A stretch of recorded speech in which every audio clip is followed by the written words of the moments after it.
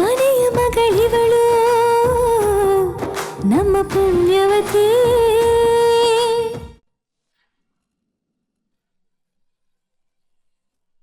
ಎಲ್ರಿಗೂ ಮೋಸ ಮಾಡಿ ಸಾಕು. ನಾನು ಈಗ್ಲೂ ಸತ್ಯ ಹೇಳಿಲ್ಲ ಅಂದ್ರೆ ನಂಗೆ ಪಾಪ ಸುಕ್ಕೋತೈತೆ. ಅಪ್ಪಯ್ಯನ ಹತ್ರ ಹೋಗಿ ಎಲ್ಲ ಸತ್ಯನೂ ಹೇಳ್ತೀನಿ. ಅದೇನಾಗ್ತೈತೋ ಆಗ್ಲಿ. ಮೊದ್ಲೇ ನನ್ಗೆ ಈ ಧೈರ್ಯ ಇದ್ದಿದ್ರೆ ನಾನು ಎಲ್ಗೂ ಹೋಗ್ದೆ ಇಲ್ಲೇ ಇದ್ಕೊಂಡು ಎಲ್ಲ ಎದುರಿಸ್ಬೋದಾಗಿತ್ತು. ಆದ್ರೆ ಕಾಲ ಮಿಂಚೋಗೈತೆ. ಆದ್ರೆ ಸತ್ಯ ಹೇಳ್ತೀನಿ, ಈಗ್ಲೇ ತಿಳಿಸ್ತೀನಿ. ನಿಂತ್ಕೊಳ್ಳೋಬ. ನೀವು ನನ್ನನ್ನು ತಡಿಬೇಡಿ ಅತ್ಯವ. ಅಪ್ಪ ಹಿಂಗೆಲ್ಲ ವಿಷಯನೂ ಹೇಳಿ ಅವ್ರ ಕಾಲಿಗೆ ಬಿಟ್ಬಿಡ್ತೀನಿ. ಅಪ್ಪಯ್ಯ ನನ್ಗೆ ಹೊಡಿಲಿ ಬಡಿಲಿ ಬೇಕಾದ್ರೆ ಸಿಗ್ದಾಕ್ಬಿಡ್ಲಿ, ಏನ್ ಶಿಕ್ಷೆ ಬೇಕಾದ್ರೂ ನಾನು ತಗೋತೀನಿ. ಆದ್ರೆ ಅವ್ರಿಗೆ ಅವಮಾನ ಆಗದ್ ತಪ್ತೈತಲ್ಲ, ನನ್ಗಷ್ಟು ಸಾಕು. ಅಲ್ಲವ್ವಾ, ಏನ್ ಹೇಳುದು ನನ್ ಬಾಯಿ ಮುಚ್ಚಿಸಕ್ ಬರ್ಬೇಡಿ ಅತ್ಯವ. ಬೆಳಗ್ಗೆನೂ ಅಪ್ಪ ಹಿಂಗೆಲ್ಲ ವಿಷಯ ಹೇಳ್ತೀನಿ ಎತ್ತಾಗೂ ನನ್ನ ತಡದ್ರಿ. ಇಲ್ಲಿ ತನಕ ನೀವ್ ಹೇಳ್ದಂಗೆ ನಡೀತು. ಈಗ್ಲಾದ್ರು ನನ್ಗಿಷ್ಟ ಬಂದಂಗೆ ನನ್ ಮಾಡಕ್ ಬಿಟ್ಬಿಡಿ ಅತ್ಯವ. ಅಕ್ಕ, ಅಪ್ಪಯ್ಯನ್ಗೆ ಎಲ್ಲಾ ಸತ್ಯ ಹೇಳ್ಬಿಡ್ತೀಯಾ? ಹೋಗ ಹೇಳು. ನೀನೇನೋ ಹೇಳ್ಬಿಡ್ತೀಯ ಅಕ್ಕ. ಆಗ ಎಲ್ರಿಗೂ ನಡ್ತಿತ್ತೇನೋ ಅಂತ ಗೊತ್ತಾಗ್ಬಿಡ್ತೈತೆ. ಮಂಟಪದಲ್ಲಿ ಇತ್ತಿದ್ದು ನೀನಲ್ಲ ನಾನು ಅಂತಾನು ತಿಳಿತೈತೆ.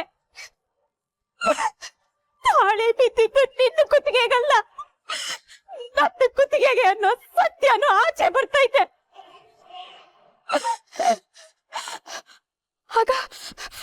ಆಗ ನನ್ನ ಕತೆ ಏನಾಗ್ತೈತೆ ಅಂತ ಯೋಚನೆ ಮಾಡಿದ್ಯಾ ನೀನು? ನಿಮ್ಮಿಬ್ರು ನಾನು ಎಷ್ಟು ಕೇಳ್ಕೊಂಡೆ. ಈ ಗೊಂಗಟ್ ನಾನು ಹಾಕೊಳಕಿಲ್ಲ, ಇದು ತಪ್ಪು, ಇದಕ್ ನನ್ ಮನ್ಸು ಒಪ್ಕೊಳಕಿಲ್ಲ ಅಂತ.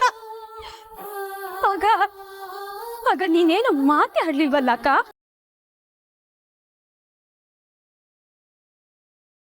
ಇನ್ನು ಅತ್ಯವ, ನೀವು ನನ್ನ ಮಾತನ್ನ ಕೇಳಿಸ್ಕೊಳ್ದೆ ನಿಮ್ಮ ಮಾತಿಂದ ನನ್ನನ್ನ ಕಟ್ಟಾಕ್ಬಿಟ್ರಿ. ನಿಮ್ಮ ಕಡೆ ಬೆರಳು ಮಾಡಿ ತೋರಿಸ್ತಾ ಇದ್ದೀನಿ ಅಂತ ನೀವ್ ಅಂದ್ಕೊಂಡ್ರೆ ಸರಿ. ಇದಕ್ಕೆಲ್ಲ ಹೊಣೆ ನೀವೇ ಅತ್ಯವ.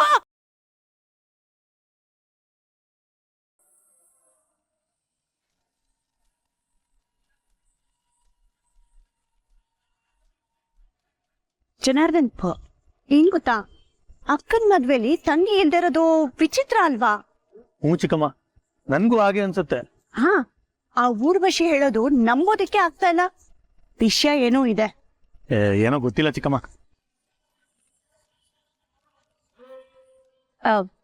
ಮಾಲ್ತಿ, ಬಿದಾಯಿ ಸಮಯ ಆಯ್ತು. ಪದ್ಮಿನಿ ಬರೋದಕ್ಕೆ ಹೇಳಿದ್ಯಾ ನೀನು?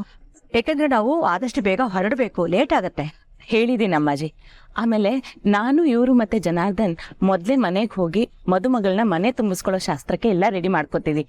ನೀವು ಭಾವ ಮತ್ತೆ ಜಯಂತಿ ಮದುಮಗಳನ್ನ ಕರ್ಕೊಂಬನ್ನಿ.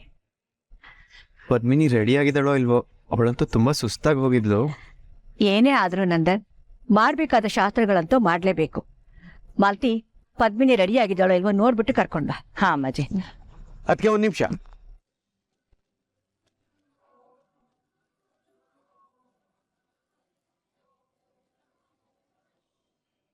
ನಿಮ್ಮ ಹತ್ರ ಒಂದು ಮುಖ್ಯವಾದ ವಿಷಯ ಮಾತಾಡಬೇಕು.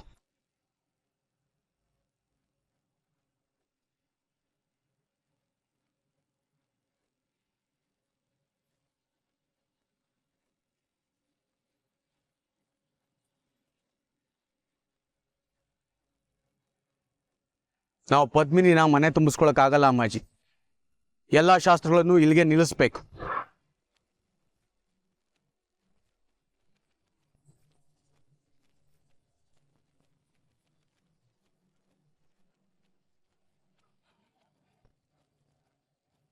ಏನ್ ಹೇಳ್ತಾ ಇದೆಯಾ ನರೇಂದ್ರ? ಪದ್ಮಿನಿ ಯಾಕೆ ಮನೆ ತುಂಬಿಸ್ಕೊಳ್ಳೋಕ್ಕಾಗಲ್ಲ? ಏನೋ ಹೇಳ್ತಾ ಇದೀಯಾ? ಶಾಸ್ತ್ರ ನಿಲ್ಸ್ಬಿಡಿ ಅಂದ್ರೆ ಏನ್ ಅರ್ಥ?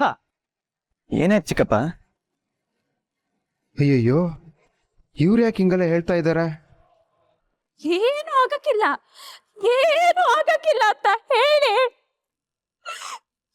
ಇಂಥ ಅನ್ಯಾಯದ ಮದುವೆ ಮಾಡಿಸ್ಬಿಟ್ರಲ್ಲ ಅತ್ಯವ.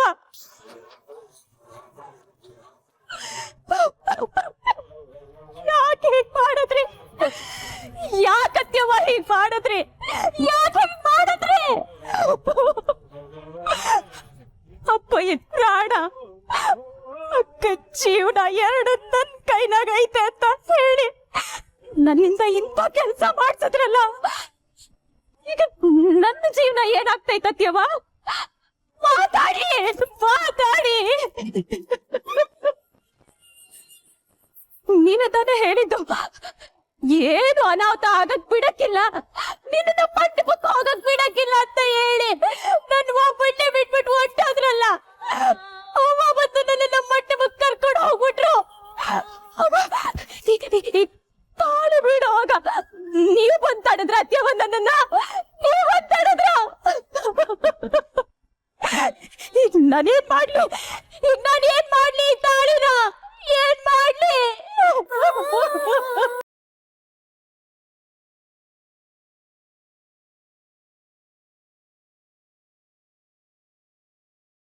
ಒಮ್ಮೆ ನನ್ನ ಕ್ಷಮಿಸ್ಬಿಡು ಪೂರ್ವೆ, ದಯವಿಟ್ಟು ನನ್ನ ಕ್ಷಮಿಸ್ಬಿಡು. ಇದ್ರಾಗ ನಂದು ತಪ್ಪೈತೆ, ಬೇಗ ಬರ್ಬೇಕಾಗಿತ್ತು. ಏನ್ ಮಾಡ್ಲಿ, ಶೋಭರಾಜು ನನ್ನ ಕರ್ಕೊಂಡೋಗಿ ಮೋಸ ಮಾಡ್ಬಿಟ್ಟ. ಅದಿಂದ ತಪ್ಪಿಸ್ಕೊಂಡ್ ಬರೋದ್ ಲೇಟ್ ಆಗೋಯ್ತು ಕಣೆ. ನೀನ್ ಅನ್ಬೇಡ, ನಾನೇನು ಅಪ್ಪ ಹಿಂಗೆಲ್ಲ ವಿಷಯನೂ ಹೇಳಲ್ಲ, ಸರಿನಾ? ಎಲ್ಲಿಗಂಟ ಸತ್ಯ ಮುಚ್ಚಿಡ್ತೀಯಾಕ ನೀನು? ನೀನಿದ್ರು ಮುಚ್ಚಿಡ್ಬೋದೇನೋ, ಆದ್ರೆ ನನ್ನ ಬಾಯಲ್ಲಿ ಸತ್ಯ ನಿಲ್ಲಕ್ಕಿಲ್ಲ. ಇಷ್ಟು ದೊಡ್ಡ ಸತ್ಯನ ಮುಚ್ಚಿಟ್ಕೊಂಡು ಬದುಕಕ್ ಬರಕ್ಕಿಲ್ಲ ನನಗೆ. ಈಗ್ಲೇ ನನ್ನ ತಲೆ ಮ್ಯಾಕೆ ದೊಡ್ಡ ಬಂಡೆ ಹೊತ್ಕೊಂಡಷ್ಟು ಭಾರ ಅನ್ನಿಸ್ತೈತೆ. ಅದ್ ಎಲ್ಲಿ ಗಂಟ ನಾನು ಸುಮ್ಕಿರ್ತೀನೋ ನನಗ್ ಗೊತ್ತಿಲ್ಲ. ನಾಳೆ ನನ್ನಿಂದನೇ ಸತ್ಯ ಆಚೆ ಬಂತು ಅಂತ ಇಟ್ಕೊಳ್ಳಿ, ಆಗ ಏನಾಗ್ತೈತೆ ಅಂತ ಯೋಚಿಸಿದ್ಯಾ ಅತ್ಯವ?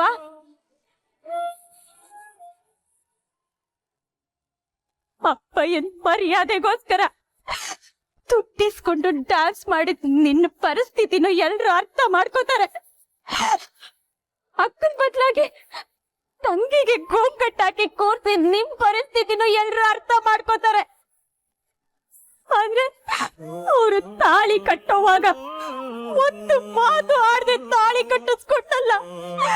ನನ್ನ ಪರಿಸ್ಥಿತಿನ ಯಾರು ಅರ್ಥ ಮಾಡ್ಕೊಳಕ್ಕಿಲ್ಲ.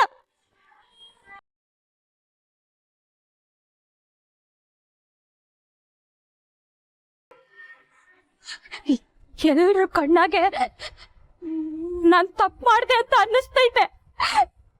ನಾನು ಒಬ್ಳೆ ತಪ್ಪಿತಸ್ಥಳಾಗಿ ಉಳಿತೀನಿ ಅಕ್ಕ. ಅಪ್ಪ ಯಾವತ್ತು ನನ್ನನ್ನ ಜೀವ ಸಹಿತ ಉಳ್ಸಕ್ಕಿಲ್ಲ. ಎಲ್ರು ನನ್ನನ್ನ ಚೀಕ್ತು ಅಂತ ಹೋಗಿದ್ದಾರೆ.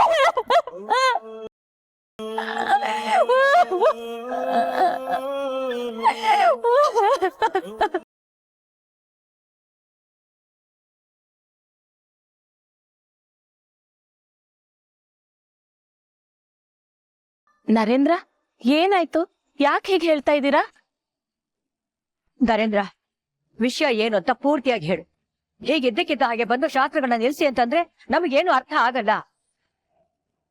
ಒಂದ್ ನಿಮಿಷ ಅಮ್ಮಾಜಿ, ಅಡಿಗೆ ಸಿದ್ಧವಾಗಿದೆ, ಎಲ್ಲ ಊಟಕ್ಕೆ ಹೋಗಿ. ಊಟಕ್ಕೆ ಹೋಗಿ.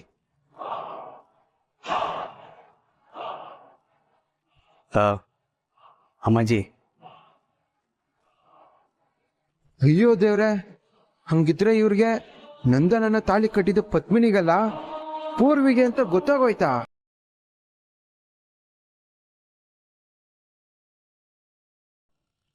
ಈ ವಿಷಯ ನಮಗ್ ಗೊತ್ತೇ ಇಲ್ವಲ್ಲ. ಇದು ಮೊದ್ಲು ಭುಜಂಗ ಅವ್ರ ಹತ್ರ ಮಾತಾಡ್ಬೇಕು.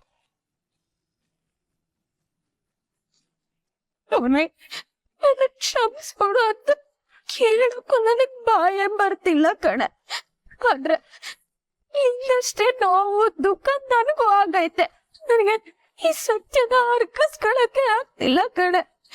ಮುಂದೇನಂತ ದಿಕ್ಕೆ ತೋರ್ದಂಗಾಗೈತೆ. ಇದು ನನ್ನಿಂದ ಆಗಿ ತಪ್ಪು. ಇದನ್ನ ನಾನೇ ಸರಿ ಮಾಡ್ತೀನಿ. ನೀವಿಬ್ರು ನನ್ನ ಮಾತನ್ನ ಕೇಳಿ ತಪ್ಪೆಜ್ಜೆಯ ಇಟ್ಟು ನಿಮ್ಮಿಬ್ರಿಗೂ ಇಂಥ ಸ್ಥಿತಿ ಬಂದೈತೆ. ಹೀಗಿದ್ರಿಂದ ಪಾರಾಗೋದಕ್ಕೂ ಕಡೆಯೇ ಕಿತ್ತ. ಒಂದೇ ಒಂದ್ಸಲ ನನ್ನ ಮಾತನ್ನ ಕೇಳಿ ಒಂದೇ ಜಯ ಮುದ್ದಿಟ್ಬಿಡ್ರವ. ಆಗ ಆಗ ಎಲ್ಲಾನು ಸರಿ ಹೋಗ್ತೈತೆ.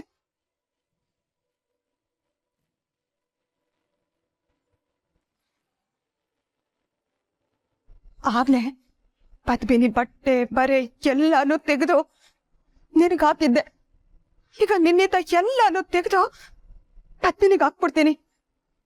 ನಾನು ಮಾಡಿದ ತಪ್ಪನ್ನ ನಾನೇ ಸರಿ ಮಾಡ್ತೀನಿ. ಆದ್ರೆ ಇದು ಒಂದು ದೇಹದ ಮೇಲೆ ಇರೋ ಬಟ್ಟೆನ ಬದಲಾಯಿಸಿದಷ್ಟು ಸುಲಭ ಅಲ್ಲ. ಎಲ್ರೂ ಹೆಂಗೆ ನಂದನ್ನೇ ಪದ್ಮಿನಿ ಕುತ್ತಿಗೆ ತಾಳಿ ಕಟ್ಟೋನೆ ಅಂತ ಅನ್ಕೊಂಡವ್ರೆ, ನಾವು ಹಂಗೆ ಅಂದ್ಕೊಂಡ್ಬಿಡ್ಬೇಕು. ಆಗ ಆಗ ಎಲ್ಲಾನು ಸರಿ ಹೋಗ್ತೈತೆ. ತಪ್ತೈತಾ? ಯಾಕಿಬ್ರು ಸುಮ್ಕೆ ಇದ್ದೀರಾ? ಬೇಗ ಕೆಲ್ಸ ಆಗ್ಬೇಕು. 1 ನಿಮಿಷ ತಡ ಆದ್ರೂ ಯಾರಾದ್ರೂ ಬಂದ್ಬಿಡ್ತಾರೆ. ನೋಡವ ಪದ್ದು, ನೀನು ಲಗ್ನದ ಮಂಟಪಕ್ಕೆ 5 ನಿಮಿಷ ಮುಂಚೆ ಬಂದಿದ್ರು ಈ ಅನಾಹುತ ತಪ್ತಿತ್ತು.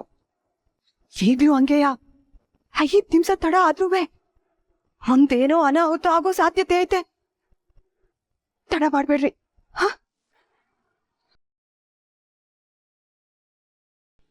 ತಕ್ಷಮ